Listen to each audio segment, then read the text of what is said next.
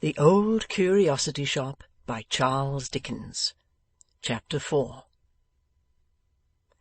Mr. and Mrs. Quilp resided on Tower Hill, and in her bower on Tower Hill Mrs. Quilp was left to pine the absence of her lord, when he quitted her on the business which he has been already seen to transact. Mr. Quilp could scarcely be said to be of any particular trade or calling, though his pursuits were diversified and his occupations numerous. He collected the rents of whole colonies of filthy streets and alleys by the waterside, advanced money to the seamen and petty officers of merchant vessels, had a share in the ventures of divers mates of East Indiamen, smoked his smuggled cigars under the very nose of the custom-house, and made appointments on 'change with men in glazed hats and round jackets pretty well every day.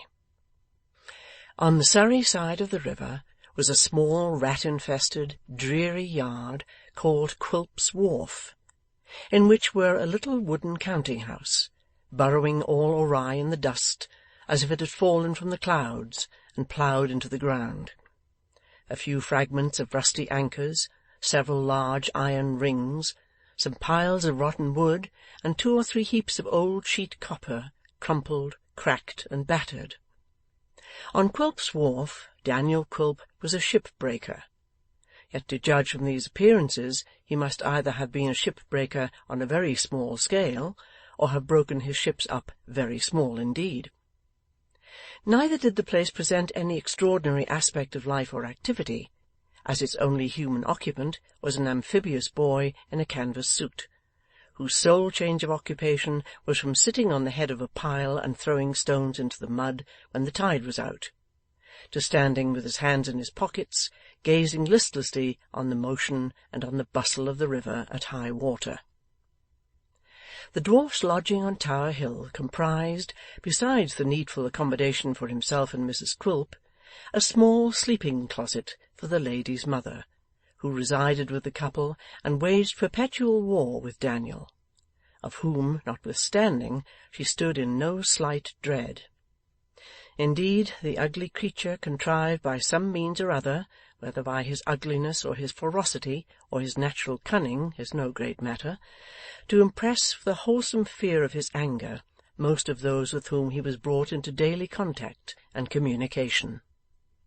Over nobody had he such complete ascendance as Mrs. Quilp herself, a pretty little mild-spoken, blue-eyed woman, who, having allied herself in wedlock to the dwarf, in one of those strange infatuations of which examples are by no means scarce, performed a sound practical penance for her folly every day of her life. It has been said that Mrs. Quilp was pining in her bower. In her bower she was, but not alone, for besides the old lady her mother, of whom mention has recently been made, there were present some half-dozen ladies of the neighbourhood, who had happened by a strange accident, and also by a little understanding among themselves, to drop in one after another just about tea-time. This being a season favourable to conversation, and the room being a cool, shady, lazy kind of place, with some plants at the open window shutting out the dust, and interposing pleasantly enough between the tea-table within and the old tower without, it is no wonder that the ladies felt an inclination to talk and linger, especially when there are taken into account the additional inducements of fresh butter, new bread, shrimps, and watercresses. Now, the ladies being together under these circumstances, it was extremely natural that the discourse should turn upon the propensity of mankind to tyrannize over the weaker sex, and the duty that developed upon the weaker sex to resist that tyranny and assert their rights and dignity. It was natural for 4 reasons. Firstly, because Mrs. Quilp, being a young woman and notoriously under the dominion of her husband, ought to be excited to rebel. Secondly, because Mrs. Quilp's parent was known to be laudably shrewish in her disposition and inclined to resist male authority. Thirdly, because each visitor wished to show for herself how superior she was in this respect to the generality of her sex. And fourthly, because the company being accustomed to scandalize each other in pairs, were deprived of their usual subject of conversation, now that they were all assembled in close friendship, and had consequently no better employment than to attack the common enemy. Moved by these considerations, a stout lady opened the proceedings by inquiring, with an air of great concern and sympathy, how Mr Quilp was. Whereunto Mr Quilp's wife's mother replied sharply, "Oh, he was well enough. Nothing much was ever the matter with him, and ill weeds were sure to thrive." All the ladies then sighed in concert, shook their heads gravely, and looked at Mrs Quilp as a martyr. "Ah," said the spokeswoman, "I wish you'd give her a little of your advice, Mrs Jiniwin." Mrs Quilp had been a Miss Jiniwin, it should be observed. "Nobody knows better than you, ma'am, what us women owe to ourselves." "Oh, indeed, ma'am," replied Mrs Jiniwin. "When my poor husband, her dear father, was alive, if he had ever ventured a cross word to me, I'd have—" The good old lady did not finish the sentence, but she twisted off the head of a shrimp, with a vindictiveness which seemed to imply that the action was in some degree a substitute for words.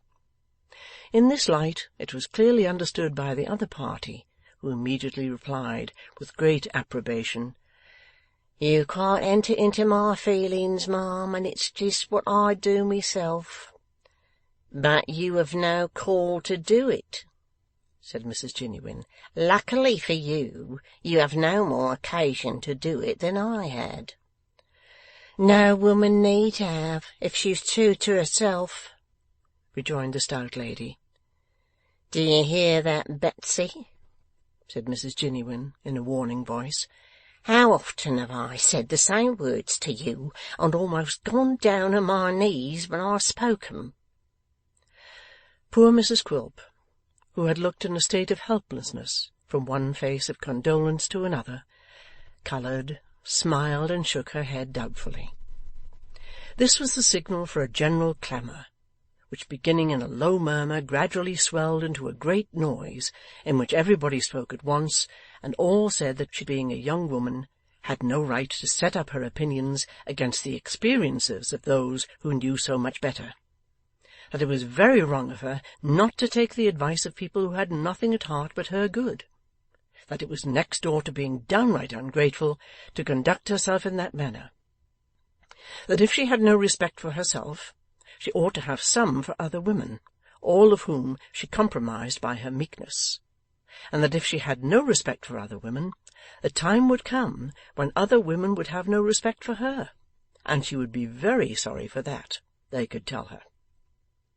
Having dealt out these admonitions, the ladies fell to a more powerful assault than they had yet made upon the mixed tea, new bread, fresh butter, shrimps, and watercresses, and said that their vexation was so great to see her going on like that they could hardly bring themselves to eat a single morsel. "It's all very fine to talk," said Mrs Quilp with much simplicity, "but I know that if I was to die to-morrow, Quilp could marry anybody he pleased. Now that he could, I know." There was quite a scream of indignation at this idea. Marry whom he pleased! They would like to see him dare to think of marrying any of them. They would like to see the faintest approach to such a thing. One lady, a widow, was quite certain she should stab him if he hinted at it.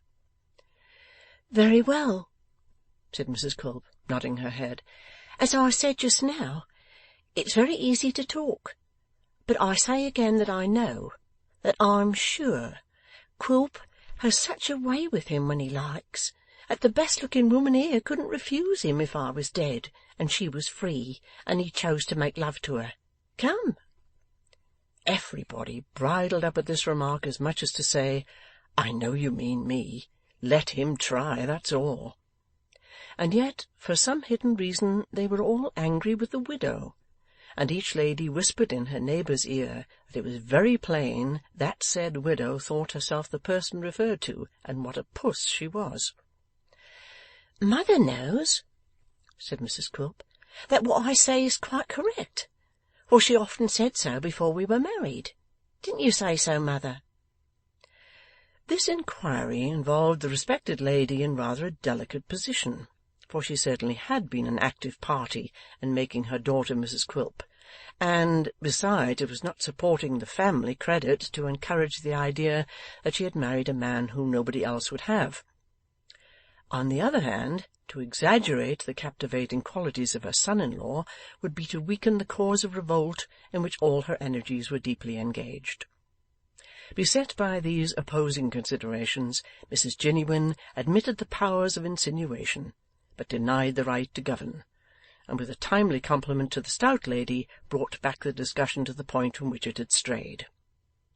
"Oh, it's a sensible and proper thing, indeed, what Mrs George has said," exclaimed the old lady.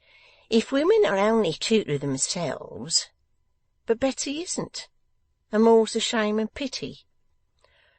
"Before I let a man order me about as Quilp orders her," said Mrs George, "before I consent to stand in awe of a man as she does of him, I'd kill myself and write a letter first to say he did it." This remark being loudly commended and approved of, another lady from the Minories put in her word. "Mr Quilp may be a very nice man," said this lady, "and I suppose there's no doubt he is, because Mrs Quilp says he is, and Mrs Jiniwin says he is, and they ought to know, or nobody does. But still, he's not quite what one calls a handsome man, nor quite a young man neither, which might be a little excuse for him if anything could be, whereas his wife is young, and is good-looking, and is a woman, which is the greatest thing after all." This last clause, being delivered with extraordinary pathos, elicited a corresponding murmur from the hearers, stimulated by which the lady went on to remark that if such a husband was cross and unreasonable with such a wife, then— "If he is," interposed the mother, putting down her teacup and brushing the crumbs out of her lap, preparatory to making a solemn declaration, "if he is, he is the greatest tyrant that ever lived. She daren't call her soul her own. He makes her tremble with a word, and even with a look. He frightens her to death, and she hasn't the spirit to give him a word back. No, not a single word." Notwithstanding that the fact had been notorious beforehand to all the tea-drinkers, and had been discussed and expatiated on every tea-drinking in the neighbourhood for the last 12 months, this official communication was no sooner made than they all began to talk at once, and to vie with each other in vehemence and volubility. Mrs George remarked that people would talk, that people had often said this to her before, that Mrs Simmons then and there present had told her so 20 times, that she had always said, "No, Henrietta Simmons, unless I see it with my own eyes and hear it with my own ears, I never will believe it." Mrs Simmons corroborated this testimony, and added strong evidence of her own. The lady from the Minories recounted a successful course of treatment under which she had placed her own husband, who, from manifesting 1 month after marriage unequivocal symptoms of the tiger, had by this means become subdued into a perfect lamb. Another lady recounted her own personal struggle and final triumph, in the course whereof she had found it necessary to call in her mother and 2 aunts, and to weep incessantly night and day for 6 weeks. A third, who in the general confusion could secure no other listener, fastened herself upon a young woman still unmarried, who happened to be amongst them, and conjured her, as she valued her own peace of mind and happiness, to profit by this solemn occasion, to take example from the weakness of Mrs Quilp, and from that time forth to direct her whole thoughts to taming and subduing the rebellious spirit of man. The noise was at its height, and half the company had elevated their voices into a perfect shriek in order to drown the voices of the other half, when Mrs Jiniwin was seen to change colour and shake her forefinger stealthily, as if exhorting them to silence. Then, and not until then, Daniel Quilp himself, the cause and occasion of all this clamour, was observed to be in the room, looking on and listening with profound attention. "Go on, ladies, go on," said Daniel. "Mrs Quilp, Pray ask the ladies to stop to supper, and have a couple of lobsters and something light and palatable. I didn't ask them to tea, Quilp,' stammered his wife. It's quite an accident. So much the better, Mrs. Quilp. These accidental parties are always the pleasantest, said the dwarf, rubbing his hands so hard that he seemed to be engaged in manufacturing, of the dirt with which they were encrusted, little charges for pop-guns. What? Not going, ladies? You're not going, surely?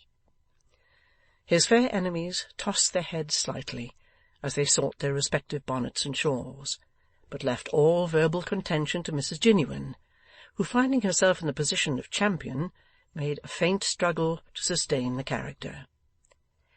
And why not stop to supper, Quilp? Said the old lady. If my daughter had a mind. To be sure, rejoined Daniel.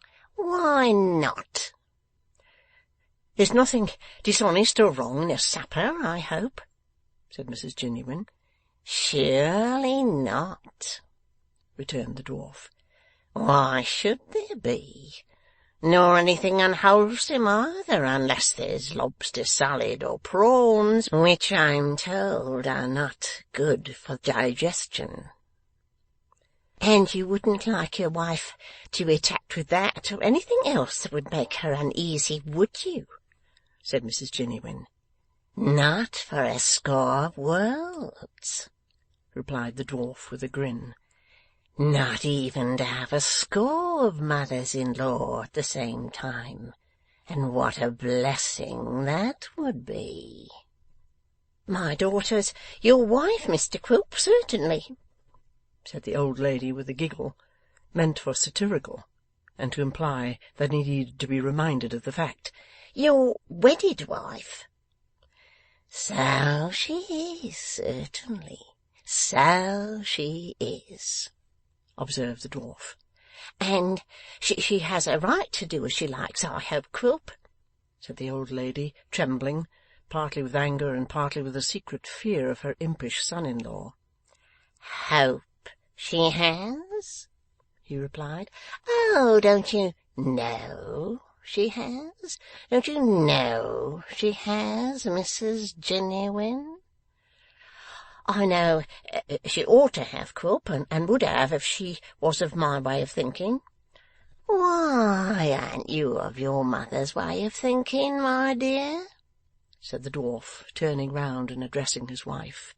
Why don't you always imitate your mother, my dear? She's the ornament of her sex.